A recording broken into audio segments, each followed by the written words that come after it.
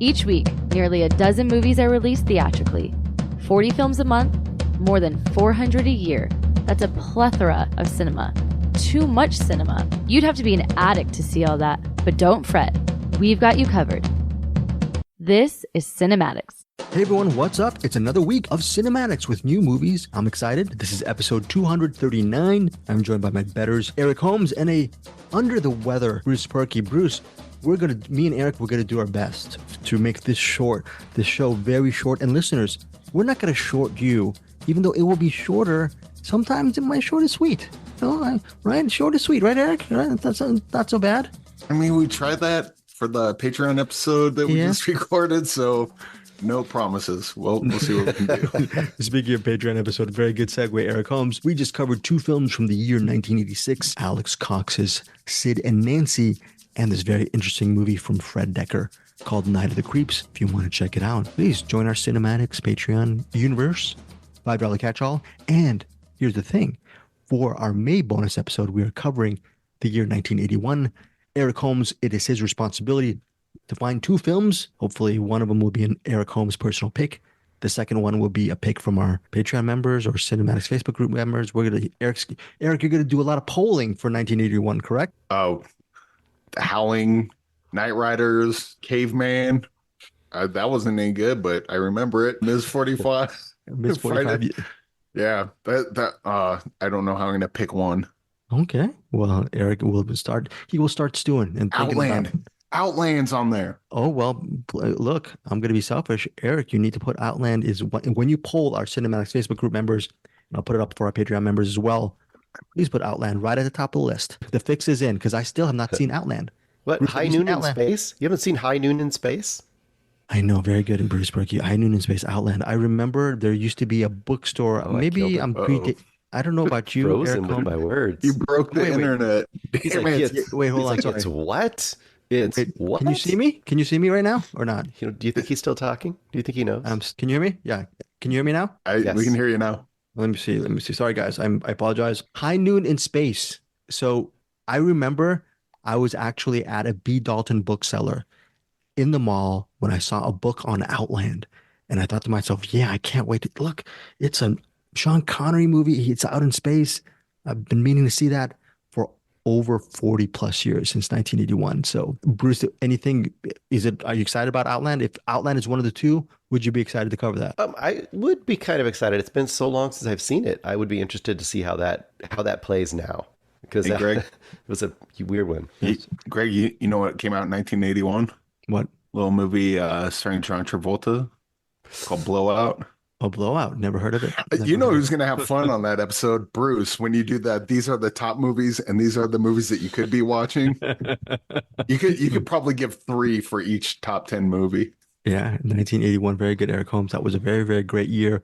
We'll see what Eric Holmes and our Cinematics community comes up with for our bonus episode of 1981. Now let's get to this episode 239.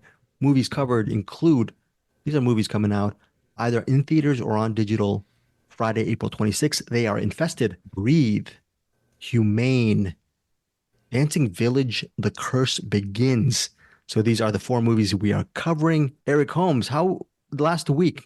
Some good stuff that you've seen. You've done some interviews as well that we're going to release on our second episode. Can you tell us some of these interviews you've done and what movies are they talking about? Oh, goodness. I don't have the interview. Well, I did an interview for Breathe with the director of Breathe. That one was pretty good. We'll talk about the movie as well. And I also just did an interview the other day. Yeah, it was like a couple of days ago for Dancing Village, The Curse Begins, which we'll talk about. I'll just talk about it now. The Dancing Village, The Curse Begins is a prequel to another movie that I don't have in front of me. But yeah, it's a prequel to Kiki ni Di Despa Penati. It's like KKN or KKNDI Desa Penati. Yeah. I haven't got to watch it yet, but based on how good this one is, probably be watching that one as well. All right. Well, you want Spoiler alert, I like The Dancing Village a lot. Okay, so look, in this horror thriller, a shaman instructs Mila to return a mystical bracelet, the Kawaturi, to the Dancing Village, a remote site on the easternmost tip of Java Island. Joined by her cousin Yuda and his friends, Mila and her crew arrive on the island only to discover that the village elder has passed away and that the new guardian, Maba Buyat, isn't present. A lot of adventure happens. Eric, what did you like about this movie, which comes out in theaters April 26th? Again, Dancing Village, The Curse Begins. Shed some light. Well, first of all, first thing that struck me was a lot of just the look of the movie reminded me a lot of The Long Walk.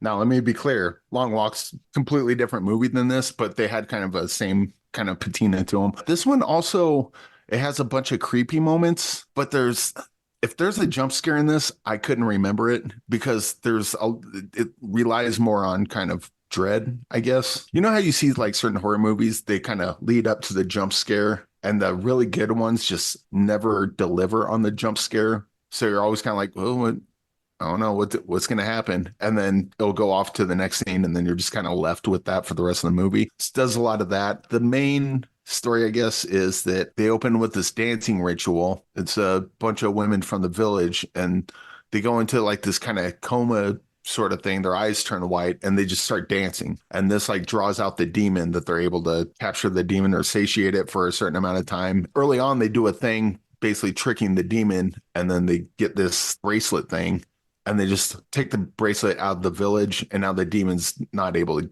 get back there anymore. Well, one of the characters somehow finds the bracelet and thinks, oh, the demon wants this, I'll go give it to him so they'll leave me alone. And that was a bad thing to do. It's kind of a demon story, ghost story sort of thing. Definitely a horror movie. Definitely folk horror. This is a really good one. It's just really creepy. So one of the earlier dancers she's pretty young, but she's the mother of the main character that we follow through the rest of the movie. And what they end up doing with their relationship is I'll just say it's really good. I don't want to, it would be a spoiler to say much more than that. This was just a really, really great version of this kind of movie. And this is a kind of movie that I normally don't really gravitate towards, but this was just, yeah, they nailed it. Eric, let me just butt in right now. Sorry. I'm looking at Rotten Tomatoes. There is a critic. I mean, I don't mean that as a critique. Avi Offer, New York City movie guru. He said that it's creepy and atmospheric, like you were saying, it's atmospheric. Problem is, he cited it as overlong, repetitive, and low on scares. What is the flip side to that? Did you feel that it was overlong or repetitive? If he's looking for jump scares, then they're absolutely right. As far as like creepiness, this is one of those movies, it goes more for tone and goes more for atmosphere, dread, that sort of thing. If you're looking for oh, it's just a cat, or oh, the window open, like it doesn't have that. It does these things where like in the interview I with Chemo Stambul, there's a scene where a guy's like trying to light like one of those lamps, like those kerosene lamps, and he's sitting there, and in the background you see this thing come out of the woods and just kind of start getting closer and closer to him. And the guy doesn't see this at all. We see it, it's a bomb under the table sort of thing. And it gets right there just as he gets the kerosene lamp turned on. Once the kerosene lamp turns on, the thing just disappears, like right in front of you. So it's got like stuff like that where it's like you see a character doing something, but there's something else going on in the background that the audience is aware of that the characters are not. It's got a lot of stuff like that, which cool. I really enjoyed that. But if they're looking for jump scares, this is not the movie, because I couldn't think of one that was in there. But there was a bunch of scenes like that were really creative. Another critic, Mike McGranahan from Alcide, was saying that it's high quality horror. It's intelligent, character-based, and creepy. Would you agree with a character-based, intelligent film? Would you say? Yes. I don't know about, definitely like the scenes that were set up were really clever and well done. But like when you say intelligent, that seems kind of a little hoity-toity, but I'm not saying he's wrong. He's probably right, but it's just, I get a different thing in my head when I hear people say that. Okay, Eric, let me tell you something. I'm very intelligent. Am I being, Bruce, am I being hoity-toity about None of being us are that intelligent. Bruce may be a little more than the rest of us. But that's not we don't set a high bar, Greg. We do not. You and I, yeah, Bruce is intelligent. You and me, a whole different story on that. Okay, let's be honest. Okay, no, all kidding aside. No, I'm not going to throw Eric under the bus. I'm not the one who's intelligent here. Bruce and Eric are. But anyways, here's the thing.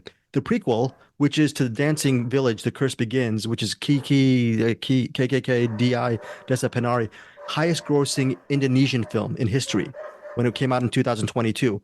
Now, this film, Dancing Village, The Curse Begins, it is, quote, the first film made for IMAX movie ever produced in Southeast Asia. And in 2024, it will be one of the only 5 films made for IMAX productions worldwide. So to Eric's point, this is you constructed that scene with the thing in the background. I'm sure it's going to look really good in the big screen.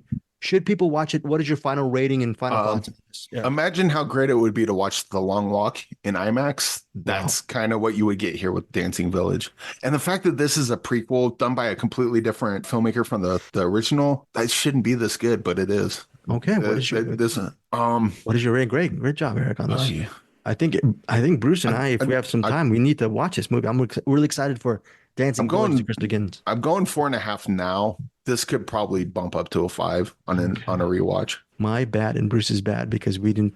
He and I didn't watch too many films on the main feed. This looks like the movie that we should have seen, Bruce. Well, yes. I talked about this with the director too. There's a bunch of like kind of CGI effects in this, but they're not like in your face CGI effects. There's a bunch of and you'll know this if you'll watch the movie. There's a bunch of like shots it's clearly a CGI shot. I just can't see where the seams are in it. Okay. If that makes any sense. It's like, I can tell this is not real. I can tell they did this in a computer. I just can't figure out how they pulled it off because I'm not seeing all the seams with the little.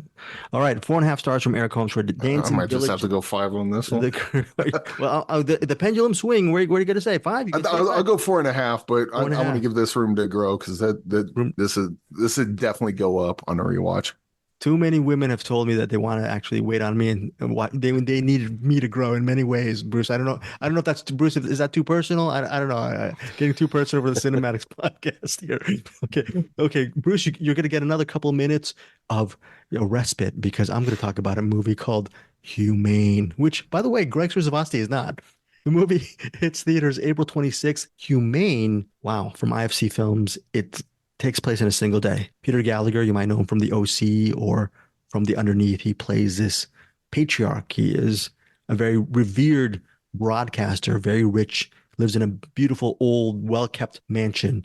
He brings in his kids for one really interesting meal. And then with the first 10, 15 minutes, you get to learn a little bit about the kids, who they are.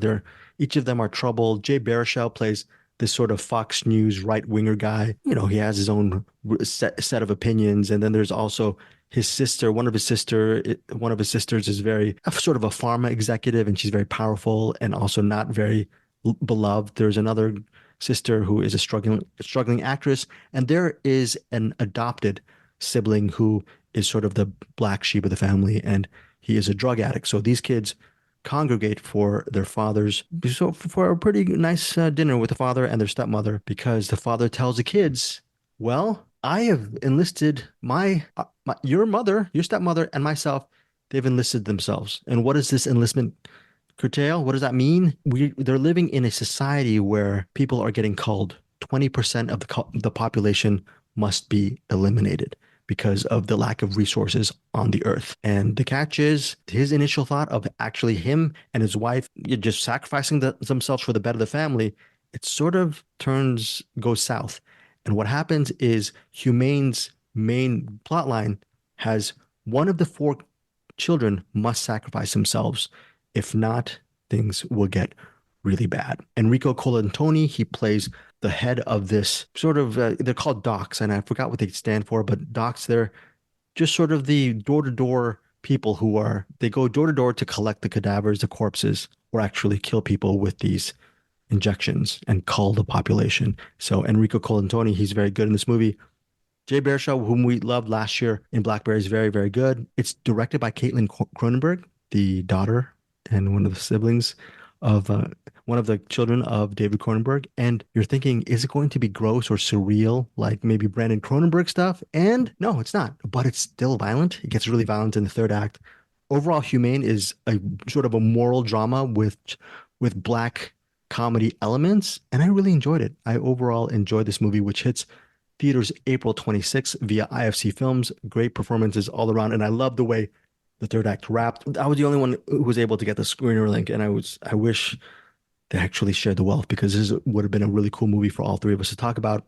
But my overall rating for Humane is 4 stars. I'm surprised, Eric Holmes, you didn't put 4 stars before I started speaking about Humane. So that is it. My hands cramped up. I couldn't get to it fast enough. You couldn't get to Greg's predictable ratings, but Humane, 4 stars again, Friday, April 26th. Now it's Bruce's turn. for a movie called Infested. That film is not going in theaters. It is streaming on Shudder Friday, April 26th. Bruce, what do you got for us? I'll let you chime in if you have some of the information as far as the actors. I know you do. Directed by Sebastian Vanicek, I guess, if I'm saying the name right. Well, okay, if I were to give the log line of this movie or to give it like a selling point, I would say like, this is not what it is, but I could see a executive saying like, well, you take Attack the Block and you take Arachnophobia and you stick them together and you get a movie. Well, that's kind of what's going on here. Basically, it starts out in our main character, Caleb. He is out trying to buy, if I remember correctly, he's trying to buy earrings for his girl. Or not his girl. He's trying to buy them for the mom, like kind of the mom of the housing complex that they live in. They live in one of these, for whatever reason we were talking before this. Paris seems to be full of these low-income housing projects, apparently. I don't know what's up with that. It's something I don't know about the society, but and they're really big. They're just high rises. Yeah. Yeah. They're huge high rises with weird, like, it looks like almost like a, I don't know, Soviet bloc era construction practices and style to them. Anyway, he's going to buy some earrings for this woman that's kind of been the de facto mom of this big complex. And while he's there, he wants the good stuff. He goes, no. I know you have good stuff in back. Come on, let me in back. Let me get the good stuff. And he goes in the back. And while he's back there, he sees the guy who runs the shop has, a la Gremlins, has all kinds of exotic animals from all over the world. One of them is this spider. In the very opening sequence, pre-title sequence, we saw people catching this spider out in, I forget where it was, Dubai or Saudi Arabia or something. Right. And it seemed to be very vicious and possibly venomous. And he's just got it in a little Tupperware container. And he's like, yeah, give me this and the earrings. That's great. He takes it back to his room. He lives with his sister. He has a whole bunch of exotic animals in his room. It's the thing. He loves, like, he has scorpions and snakes and all kinds of stuff. And frogs, yeah. Yeah. He kind of has a side job of selling like Nikes and stuff out of a storage container in the basement of this place. You meet all the different people as he goes up to his room. He's a good kid. Yeah, good kid, but he's on the edges of the law, but I mean, everyone there is probably on the edges of the law because they have to do what they have to do to survive. And they do a really good job. So I think I'll start off right at the bat. This is one of those movies that does a really good job of setting all of the pieces in place for you as you walk into the building. You meet the lady who cleans the building. You get to see, there's water dripping on some of his shoe supplies. There's the lights, have a timer you got to turn to get the lights go on in this hallway, and it only lasts for so long. And, it doesn't work so great. Little stuff like that all the way through.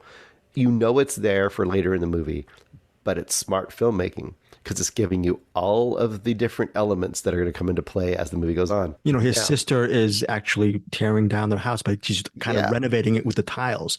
So the first time you're thinking, why is she tearing down their apartment? What is she doing? And those gaps will be filled as well. And while she's tearing it down, you realize that they're not exactly they may love each other, but they're not a really good partnership as siblings. And like a good horror / disaster / survival movie, you want to meet all the different characters that are going to come into play as the movie goes on. They do a great job of doing that. Give them each person a little bit of character, so that very quickly, because this movie doesn't take a long time to get to stuff. I would say it probably takes 15 minutes before, his spider got out. No surprise, the spider gets out. Right. And then the rest of the movie is dealing with that spider or maybe a lot of spiders. And I will just say that there is an escalation of the situation. And from that point on, it's just, to me, and I'll hear you saw it too, right, Greg? Yeah. I don't know if Eric saw it. No. But it's just, to me, it was a really solid horror creature thriller. And even though it does have CGI elements, I think they're done tastefully and effectively. There is some practical. There's a fair amount of CGI to do this many spiders, but it's done in a way where it's not cartoonish as far as I'm thinking. And even though it verges to a little bit unrealistic, it does explain it a little bit, and it gives you some really nice, tense set pieces. And I think overall, this is very satisfying for what this movie is aiming to hit.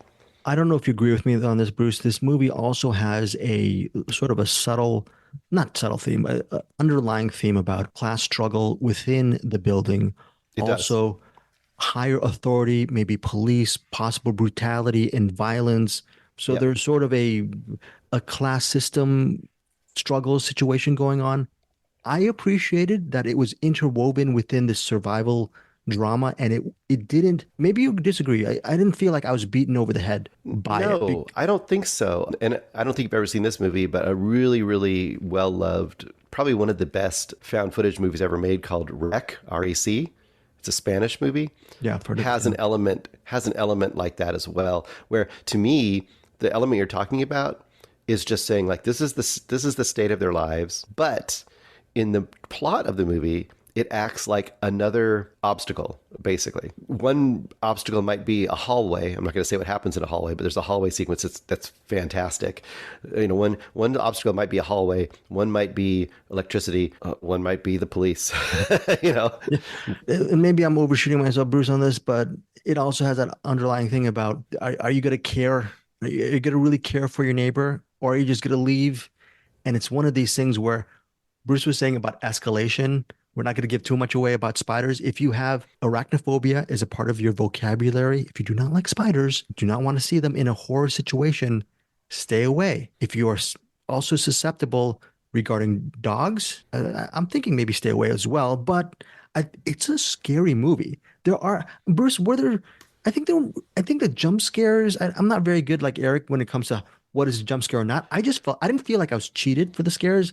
There's a section no, regarding. I don't think so. There's a shower sequence or like with a woman and guy and it was a closed off sequence. I was scared bleepless on this. And See, the way I look at that, and you tell me what you think. See, if it's, you know how there's the moment where it's setting you up for a jump scare, but then it does what Eric said, which is the cat jumps out or the window flies open. You're like, oh, okay. And then usually how that works is that happens, and then the person turns around and the real thing's there, right? This is more like it's setting you up for an expectation that something's going to happen with the spiders, and then something happens with the spiders. So, I mean, that's just paying it off, really, as far as I'm concerned. And I think that's the giveaway on this kind of movie is that if you go see a movie, it's about a bunch of spiders and people having to deal with them, and they may or may not be, you know, super dangerous or whatever. This movie does that. It gives you what you came and you paid for. I think that's what I would say about it. And guilty pleasure survival dramas will have a body count, and you will watch possibly people dying. And sometimes lesser movies, guilty pleasures, you really don't care about the characters too much. Bruce was saying about the setups. It has a really good setup with all the characters. You actually, even if it's for a couple of minutes for each character, you know who they are. They're played by really good actors. And whenever they meet their respective fates, I think you're actually saying, oh, well, that sucked. Or so I really liked the writing, the acting. I thought so many elements of this movie of Infested was high level. I was surprised at how much I really enjoyed this movie. Bruce, final thoughts and your rating on Infested. I don't have too much more to say. I think if you're going for a creature feature, especially a spider creature feature, and it's kind of like shark ones and all those kind of movies where there's like 100 of them that are all terrible, and every so often there's one like a shark one like Crawl, or not alligator one like Crawl, I mean. Or pick a good shark one recently. I can't remember off the top of my head. But every so often Black you Demon. get no, Black Demon. No one else agrees with me, but I'll throw that out there. I like that. I like Black Demon. No, but anyways, But every so often you get a good one. I feel like if you've been looking for one that's solid and good, I think this one is one of those. And it's time well spent, I think. yes. So, and what is your rating? Rating, you know, I was hovering around 4, but I think I'm going to go 4.5. I think this is a really good movie. Bruce, 4.5 stars for me. It's a really, really good movie. And we also have to mention, as far as double features go, Jordy is one of the friends of Caleb. Caleb's played by Theo Christine. We also have to mention Lisa Nyarko plays Manon, his sister. But Jordy is Caleb's former best friend. He's played by this actor named Finnegan Oldfield. And Finnegan Oldfield starred several years ago in a movie that all three of us, I believe Eric loved it as well, called Gagarine. And Gagarine, totally different movie in a sense, but they're both of these movies are set in an apartment building and both deal with actually a fantastical element. So I don't know if Bruce agrees with me, but if you're looking for French set films on buildings, tenement buildings, high rises with fantastical elements, I don't know, Gagarine and this movie and Infested might be a good weird double feature. So my final rating on Infested, like Bruce Purkey, 4.5 stars. Infested.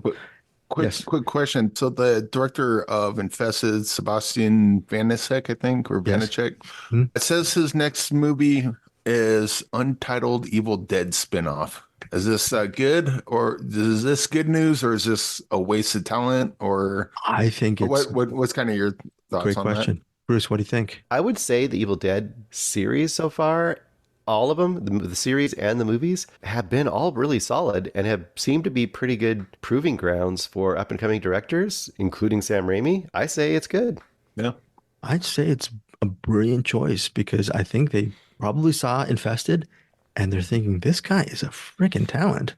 I mean, I think we're on board with this, right? So he's a co-writer. He's a co-wrote this movie Infested with Florent Bernard, and he directed the movie Sebastian Vanacek, or Vanacek. I don't know, Eric, how to pronounce it. Didn't Huge talk to him. I talent. don't know. Huge talent. Eric, you haven't had the chance last week. You've been watching so many movies. I think this is in your box as far as screeners go. If you ever have the time, maybe do a rewind because I think, Bruce, you agree? I think this is a movie that Eric will go chef's kiss on.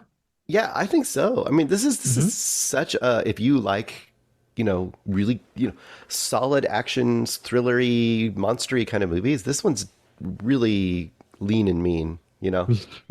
All right. All right. All right. So, Eric, check your Gmail and it'll be there for you because I know you've done so many movies over the last week.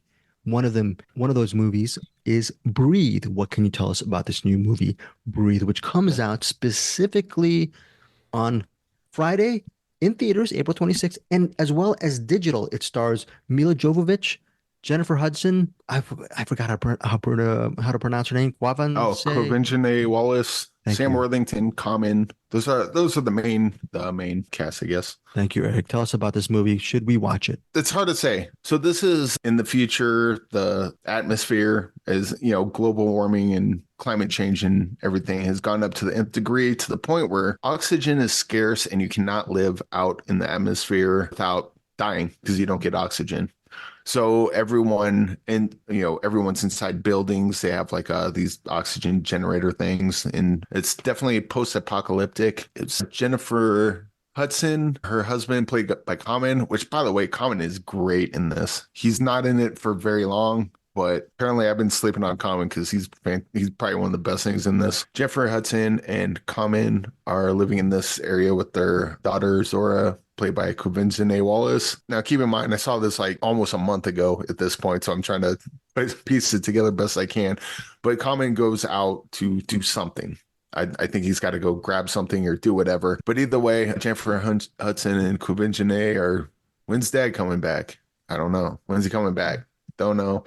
Bunch of time passes. They assume he's dead, but they're not quite sure. Meanwhile, a couple people show up is Mila Jovovich and Sam Worthington. Raul Castillo, I think, is the third person. They show up to the place that they're at and they're like, hey, there's this group of people that we're with. We know that your husband created this device that produces oxygen, some sort of technology, and we just want to take a look at it because we think we can improve upon it and then we'll leave. And then they're like, nope, you're not getting in. And they're like, yeah, we are. So then it's kind of Mila Jovovich and Sam Worthington trying to get in while Jennifer Hudson and Covention Wallace are trying to keep them out. I think the thing people are going to have the biggest problem with is, and Walking Dead does this when you're in a post-apocalyptic world. People are mean to each other for no reason. It's like, hey, we want to come in and look at this oxygen thing so we can build one. The proper response should be, yeah, sure, come on in. Leave your guns outside. Other than that, come in, take pictures if you want to. Don't really care. Cool. They go in, take pictures, and leave. But then you wouldn't have a movie, right? Also, Sam Worthington, I don't know who was in charge of sending him on the mission, because he's just kind of a loose cannon from the very beginning. Mila Jovovich is trying to be kind of respectful and, hey, let's, talk this out. Let's make this mutually beneficial for both of us. Meanwhile, at every turn, Sam Worthington's character is trying to just ruin everything by being an a-hole, to which Jennifer Hudson's like, oh, definitely, now you're not coming in. It was like, I don't know who decided that having him there was a great idea. This is, pretty much a post-apocalyptic action movie. Kind of fun for the most part, but I'd see this just getting raked over the coals as far as reviews go. And I kind of get that. I think I had a lot more fun than most people did with this, at least thus far. And I think some people definitely can. But yeah, if you've seen Mila Jovovich movies before, I think this is probably one of her better ones, but that's not a high bar to clear. But yeah, I dug this one. I'm not sure everyone will. So On a Reddit thread, there's a Reddit review. It says, in a world where there's no breathable air, they still find a way to bore the crap out of you with an excellent cast. So it's boring, Eric. Is it boring? No, definitely not. Like Another, if you don't, because like, okay, so certain characters do things that are just kind of like, why would a character do that? And it doesn't make sense. But it definitely wasn't boring. Like I could see like, oh, the writing wasn't there, or the characters were doing bonehead things. Like if that's what it is, fine, fair play. I get that. Boring, definitely not. okay. So Breathe, you ended up enjoying the movie. What is your final rating on Breathe? Between three and a half. I think, you know what? I think I'll go 3.5 on this. If you like Mila Jovovich movies, this is probably, in my opinion, this is one of her better ones. If you just in general don't like her type of movies, this might be one to stay away from. Like the Resident Evil movies, those are pretty bad for the most part. This is like a good version of that. But if you like the Resident Evil movies, this will be another one of those type of movies that I think you'd have fun with. If you hate those movies, stay away from this one because it probably won't be your cup of tea. But otherwise, I had fun with it. I think it's pretty good. Okay, that's Eric Holmes' review of Breathe. Again, opens April 26th in theaters as well as on digital. Before closing out this episode, we have a couple of recommendations from Bruce Purkey. I have a recommendation, and it's just Abigail. I'm just going to go. Everyone knows what Abigail is. I enjoyed it. I paid money to see it over the weekend. 4.5 stars for me. Just a fun movie. Just again, fun action, thriller, horror thing. And my only complaint is because of the trailers, you actually know what Abigail is. And I understand that they're trying to bring a lot of people into the box office and to the theaters to know what Abigail is. So for anyone listening who has not seen the trailer, because I know Bruce Purkey, you're one of those people, few people who do not watch trailers, Abigail's a really fun movie. And I think if you don't know what the quote unquote twist is, 9.9 out of 10 people know what the twist is. Sorry, look at the balloons when I did that. That's a weird thing that with the zoom. Yeah, that isn't weird. Let me try Mine's that not doing it. Yeah, it's weird. Anyways, Abigail, if you haven't seen, if you're looking for a fun horror thriller with a little bit of comedy, go check it out this weekend, Abigail. Bruce, what do you have for recommendations for people who want to stay at home and watch stuff? A couple streaming series. One that I've seen advertised to me for years that I just never got around to watching, and that was the marvelous Mrs. Maisel. If you have Prime, at some point you've probably seen the little icon or the little photo of her up there. I just thought this is going to be kind of a boring period piece about, I don't know, an entertainer or something, and it is a period piece. This is, as a quick selling point, for me, it has the aesthetic and the age and the era of like Mad Men with a lot more fun and a lot more humor. And also it has that heart and that likability that you get in something like Mrs. Harris Goes to Paris. The basic conceit is this. It's kind of takes place, it starts out in the early or late 50s. The whole series goes to, you can watch the whole series now if you want to. The whole series goes until about the mid 60s with a few flash forwards and flashbacks, but in general, it goes from like 58 to 63, something like that. And Mrs. Maisel, at the beginning of it, the very first episode, she's married. Her husband, it's like the classic 50s thing, right? She's upper, class, Betty Crocker type. She's in a Jewish family. She's living. She has 2 kids.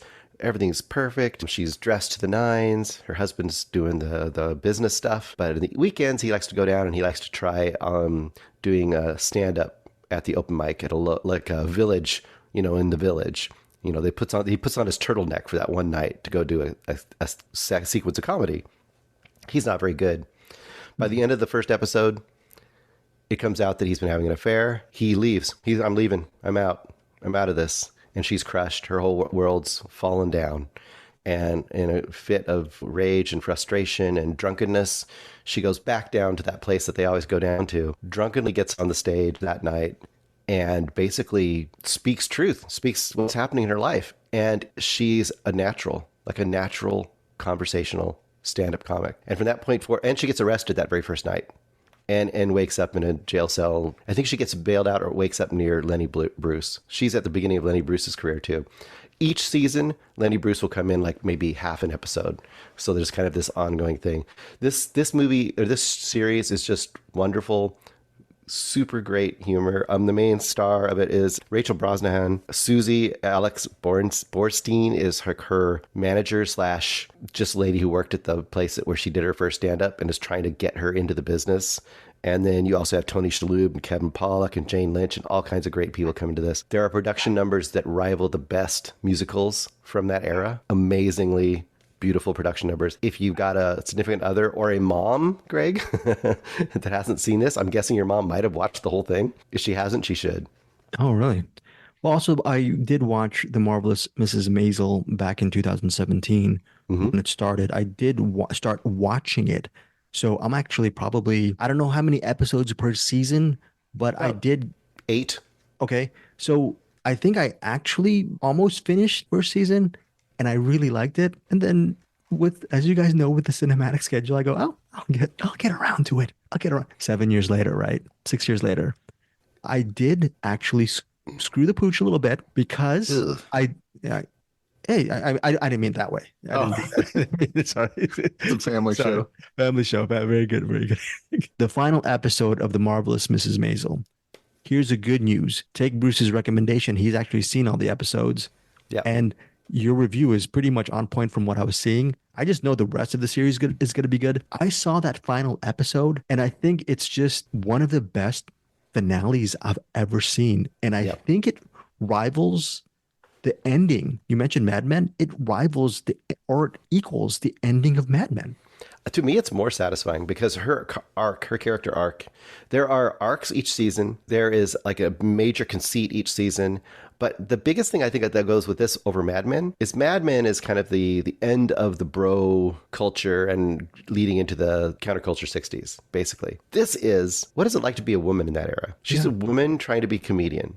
And what does all of that entail? And what is the difference of success? And you get to see her in all different formats of that. And it's never preachy. It's always just snappy and fun and funny and like beautiful and just, it has heart. It's just got everything. And production values up crazy production values. And Brosnahan, I'm sure she won an Emmy or something for that. She has to have. She has to have. And Alex She's an actual comic. Yeah. If you don't know who Alex Borstein is, if you ever watched Mad TV, she was in that, and you would never think that she had this in her.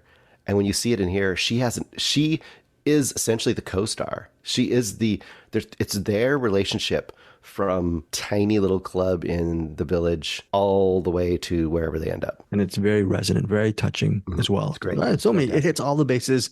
Yep. I'm assuming this is pretty much a 5-star. It is. It's a 5-star. It's a 5-star series. And I can't say that about many series that have been more than one season. So I would say. And you said it ends? Like it's done? It's done. And it ended well?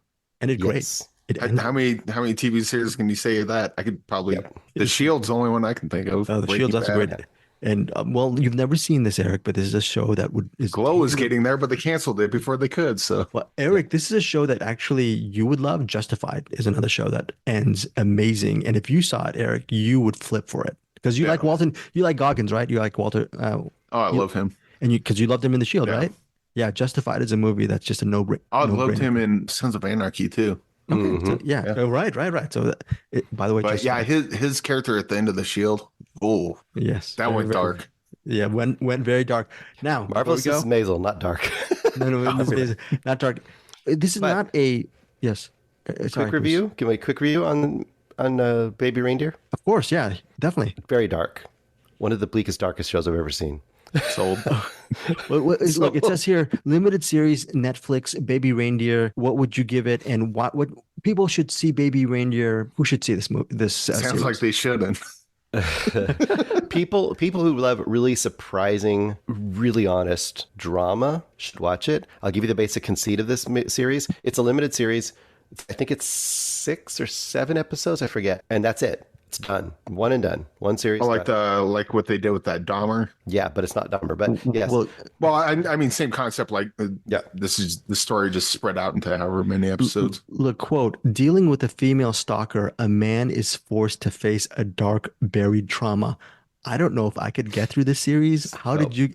Well, look, it says it's a most searched movie show available on Netflix. Why, Bruce? Okay. Richard Gadd is the director, writer, and star. He plays Donnie Dunn. And there's Martha, played by Jessica Gruning. Gruning? I think I said it right. Grunning. So Richard Gadd, this is based on his one-man show that he did originally on the Fringe Festival, if you know the Fringe Festival in, I believe, in Scotland. And then it got really popular there and it went down, I think, to a bigger release down in London and then turned into the series. This is based on his real life. Now, if you watch the series, you'll be like, holy crap.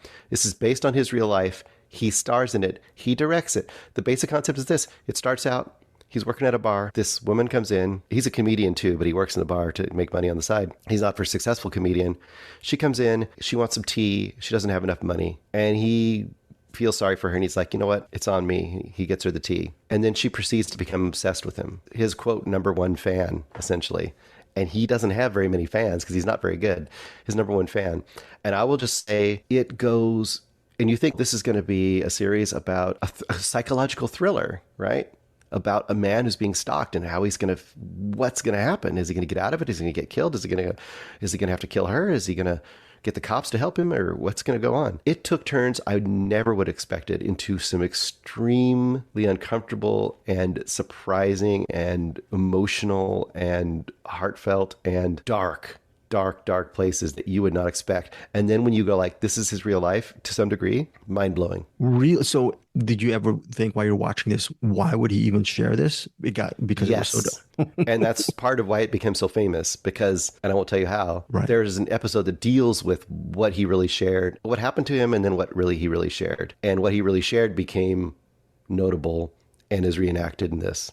I'm just going to leave it at that. Unbelievable. So just final thoughts and rating on, I can't believe I'm missing this show already. Eric, you and I need to stop watching movies for a week. Maybe we'll watch Baby Reindeer to rewind. I'm sorry. I checked out. I stopped listening. I was already sold once he said dark. Absolutely. I was like, don't know what it is. I'm just going to not listen to Bruce and I'm just going to watch it. It's such a rough watch though. It's not easy watch, but I tell you, when it takes a turn, I would say it takes turns all the way throughout, but there's an episode where it basically flashes back several years that leads up to where he got to.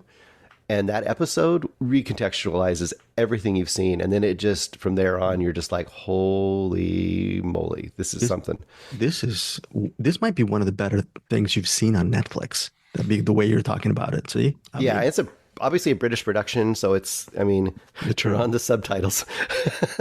But I do love that about the British productions. They have no problem having 4-episode seasons or 1 season of 6 or whatever. They just make it how long it needs to be, and I really appreciate that. And it also makes the stakes really interesting because other than he's alive because he's starring in this, right? So he doesn't get killed. That's the one thing That's unless you know the story of it, which I knew nothing about it until after the fact. I didn't even know it was a true story until after the fact. I didn't even know it was a true story. And then I saw someone post a video saying, what's the real story behind Baby Reindeer? And I was like, what? Oh, no. So, yeah. So you had an initial rating when you finished this. Did the rating either increase or just appreciation? Did you appreciate it deeper once you realized it was a true story? I think I keep it the same. I think I'm still 4.5. Only because it's so tough at some points. This is not like happy-go-lucky watch. This is the reverse of the Marvelous Mrs. Maisel. But if it sounds like it's your cup of tea, it might be worth a try because there's some stuff in here that's just something, I tell you. I really don't know if I want to watch it. I'm sweating right now, and I see Eric Holmes. He's licking his chops like friggin' James Woods looking at friggin' the television at the Videodrome. I don't know what he's doing. Right? But I also say, warning, warning, warning. This is not like violent, gross kind of stuff. It's just emotionally scarring kind of stuff. So I'm warning, warning, warning people. The weird thing is, you mad at me. Like after talking about the coffee table last week and actually you guys talked about The Lie. I've since seen it. I'm kind of. Like once you said like dark, bleak or whatever, I'm kind of craving that. I don't know why. But All like right. I want that feeling that I got watching Coffee Table for the first time. I will give you one ray of sunshine. First of all, I don't want a ray of sunshine. That's what I'm getting at. I Never want to mind hear then. it. I'll I leave it want to at hear it. Right. I just want to stew in like it's so depressing, and I kind of want to stew in that for a while. there is definitely a lot of humor in this. I mean, because there's Really? awkward humor, especially awkward humor. There's a lot of humor in this. And I do believe it has the perfect ending. Okay. Like, it is the perfect full circle ending. I'll just leave it at that. And there may be a ray of hope at the end. I'm saying a sliver of hope. Don't want any hope whatsoever. Get out of here. We don't want you. There's not a lot. But Well, there's- we're gonna hope for another week here on Cinematics as Bruce Purkey No, takes out. cinematics is over.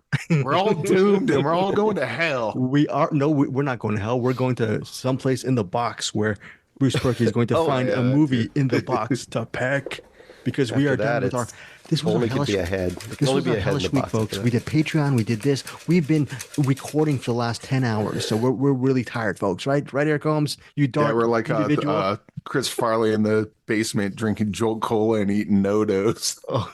Coming up as Matt Foley. I'm really excited to see this. I don't know if I'll be able to find it, so hopefully I can find it. So this will be Okay. one of those, if you hear this and you know where it's at, and it may be available now, but it's been hard to get hold of. It's called Ghost Watch. Ghost It's Watch. actually a single episode of TV, British TV in the 90s, I believe, directed by Scott Mann, I believe. And I think that Late Night with the Devil is essentially kind of based on this. Oh, okay. Okay, it's Horror mystery. It stars Leslie Manning. It's in 1992 from UK. It That is sounds about available. right. Yeah, It's only available. about 60, 70 minutes long, if I remember correctly, too. It's not very long. Okay. All right. I'm so excited. Okay. I think Yeah, that's if it. it's does it say a year? Yeah, 1992. 92. Oh Right, yeah, there's a 92. bunch of them. Okay, They got so we're good. streaming on AMC, Shudder. It looks like Amazon. Yeah, a bunch of Okay. places. Maybe it got revived. I know for a while it was really hard to come across. So All right, folks. We will be The doing weird thing a, about streaming, it does that. Comes and goes. it It's comes and Marcus. goes. Well, we'll see what happens next week for Ghost Watch. Bruce Purkey will be watching it, and possibly I'll give it a shot too. I don't know if Eric Holmes will be here for next week because he might be down in the depths with that baby. He might be baby reindeer all over. You're gonna have all that darkness with you. I don't know if you're gonna be so well. There's not gonna be enough light for you to actually log into Zoom next week. We'll see, Eric Holmes, how you I'm gonna feel. go into the thick pit of depression and I'm gonna bring it to the show next week. So Good job, Bruce, on that get recommendation. ready for that. That really defends our cinematics feature. All right, final thoughts, Eric Holmes. You don't have any final thoughts, right? Just the horror.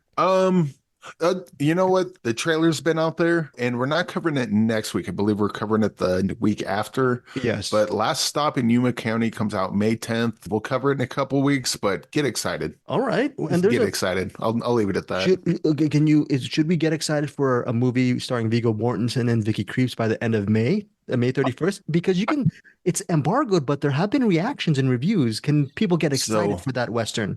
I haven't watched that yet. Oh, But it looks good. okay. It looks good. So, well, yeah. Speaking looking forward to that as well. Is that next week or is that the week after? It's May 31st. So we have like four more weeks. it's like a month. Yeah. Speaking and looking good. Bruce Purkey, final thoughts. Are you feeling better? Did this Not heal feeling you? good, but I mean, Did this 2 hours of cinema talk heal your allergies and cold? No, Are you not at all. Probably can hear it in my voice. My final words are for anyone who watches Baby Reindeer in the future, I'm sorry. Don't blame me. I warned you. on that chilling note, we'll see you next week here on Cinematics. And of course, here's Claire. Goodbye, everybody. Thank you for joining Cinematics.